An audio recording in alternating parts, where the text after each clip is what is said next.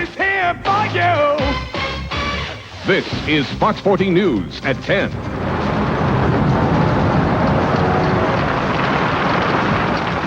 There's a powerful winter storm just getting started here in the valley, and forecasters warn it could get real nasty. Hey, good evening. I'm Mike Stevens. Thank you for joining us, everyone. I'm Donna Cordova. As you saw and heard, the gusty wind already here. It's been blowing all day long, and the heavy rain has just started. Let's go outside now to our own Fox 40's Teri Cox. Teri, a little bit cold out there, I see. And we have a question for you. Is it serious enough for all this rain that we're going to be needing sandbags this time around? Donna, you never can tell with weather. You're right. It is raining out and it is windy out. And the forecasters say we have two very wet storms on the way. As you can see, one just hitting the valley now, the other one expected on Saturday.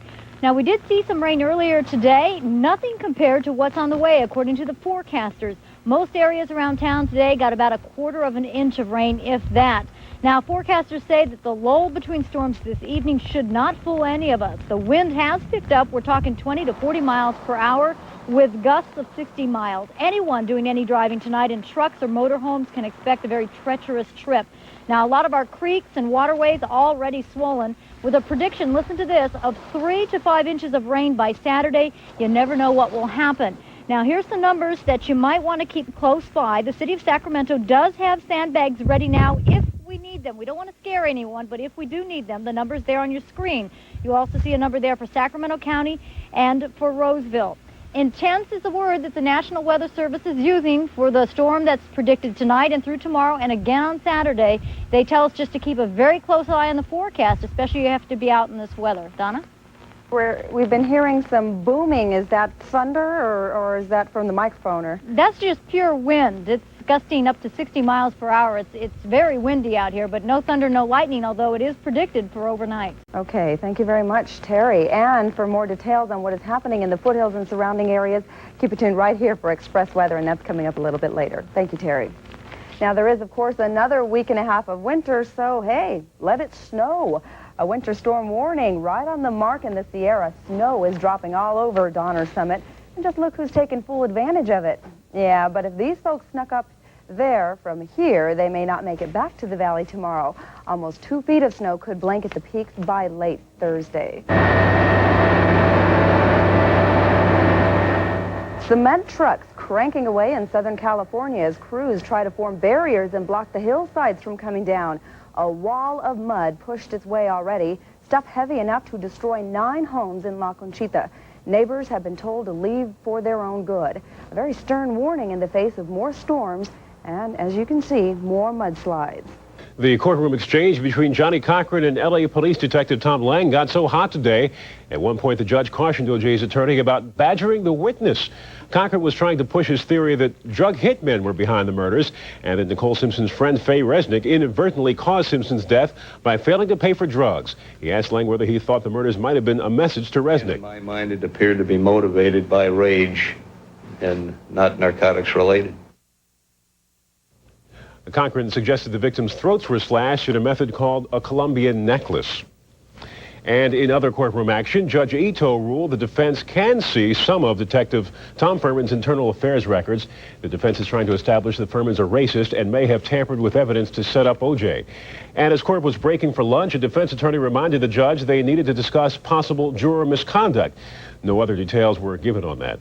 Also, a top official in the L.A. coroner's office said police damaged their investigation by waiting so long to call them. Now, tomorrow, Tom Lang returns to the stand for his 8th day of testimony. A verdict tonight on last year's shooting of an ice cream vendor, and a Sacramento teenager could be doing the rest of his growing up behind bars. The shots that killed Rambir Bansel last March came after he and his ice cream truck were robbed. So the jury found 17-year-old Paul McIntosh guilty of second-degree murder. McIntosh has confessed to the killing, though his parents insist he's innocent. He faces 15 years to life in prison. Now, 2 other teens also involved were found guilty also in juvenile court today. A group of teenagers in Florida apparently got their kicks by kicking in and destroying other people's homes. And just knowing they were causing trouble wasn't enough. Would you believe they brought along a camcorder to document their destructive behavior?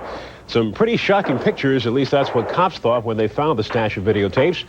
Tonight, the teens face criminal charges and their parents a damage bill that could total $100,000.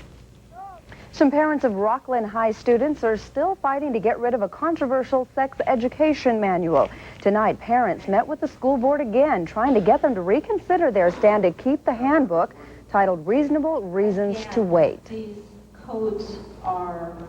I don't think it's enough to say you need to abstain, and we're not giving you any sort of knowledge about what to do if you don't. There's two. Tonight's vote on the curriculum split once again. So what do the kids in Rocklin think about the no sex education classes? Yeah, our Lonnie Wong talked to some of them and found the fuss created by their parents may be overblown.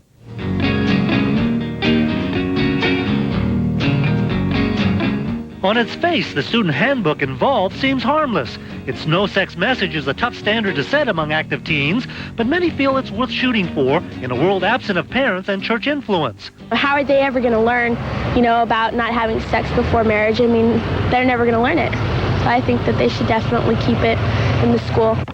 Others feel it smacks too much of religion. I don't really have a religion, and so I don't think that it's right for kids that don't believe in that to have to listen to it.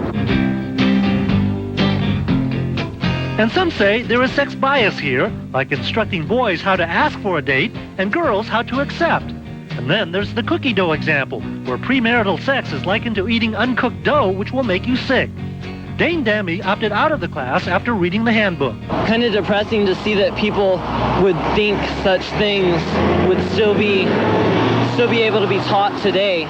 But many students feel the abstinence curriculum is much ado about nothing, since much of what goes on in the classroom goes in one ear and out the other anyway. In school, they teach you about evolution and that. If you don't believe in evolution, you still have to suffer through the course. You just learn what they're teaching you, but you don't have to believe in it. I think abstinence is good, but I don't think that the teenagers are going to listen to it, even with their parents in their school. I think they're going to do what they want to do no matter what. Lonnie Wong, Fox 40 News, Rocklin. One of those stories that will continue to be controversial. Sure, and we'll no matter continue what. to update our viewers on the votes, any future votes on that issue. That's right. Well, straight ahead, some new lessons about diets and why they just don't work for some people. It could be your body is fighting the battle of the bulge. We're going to explain all that when we come right back. And it looks like somebody may have goofed when they placed some ads on some buses, but they really didn't. Those are not the buses, those are people. And we'll have that story for you in just a bit. America Live, the side of this year's Sammy Music Awards. We'll have the story coming up. Okay, let's go ahead and move on to our Fox First forecast. It really shouldn't surprise you. Wet and windy. We're going to take a look at the outlying areas coming up in express weather. War.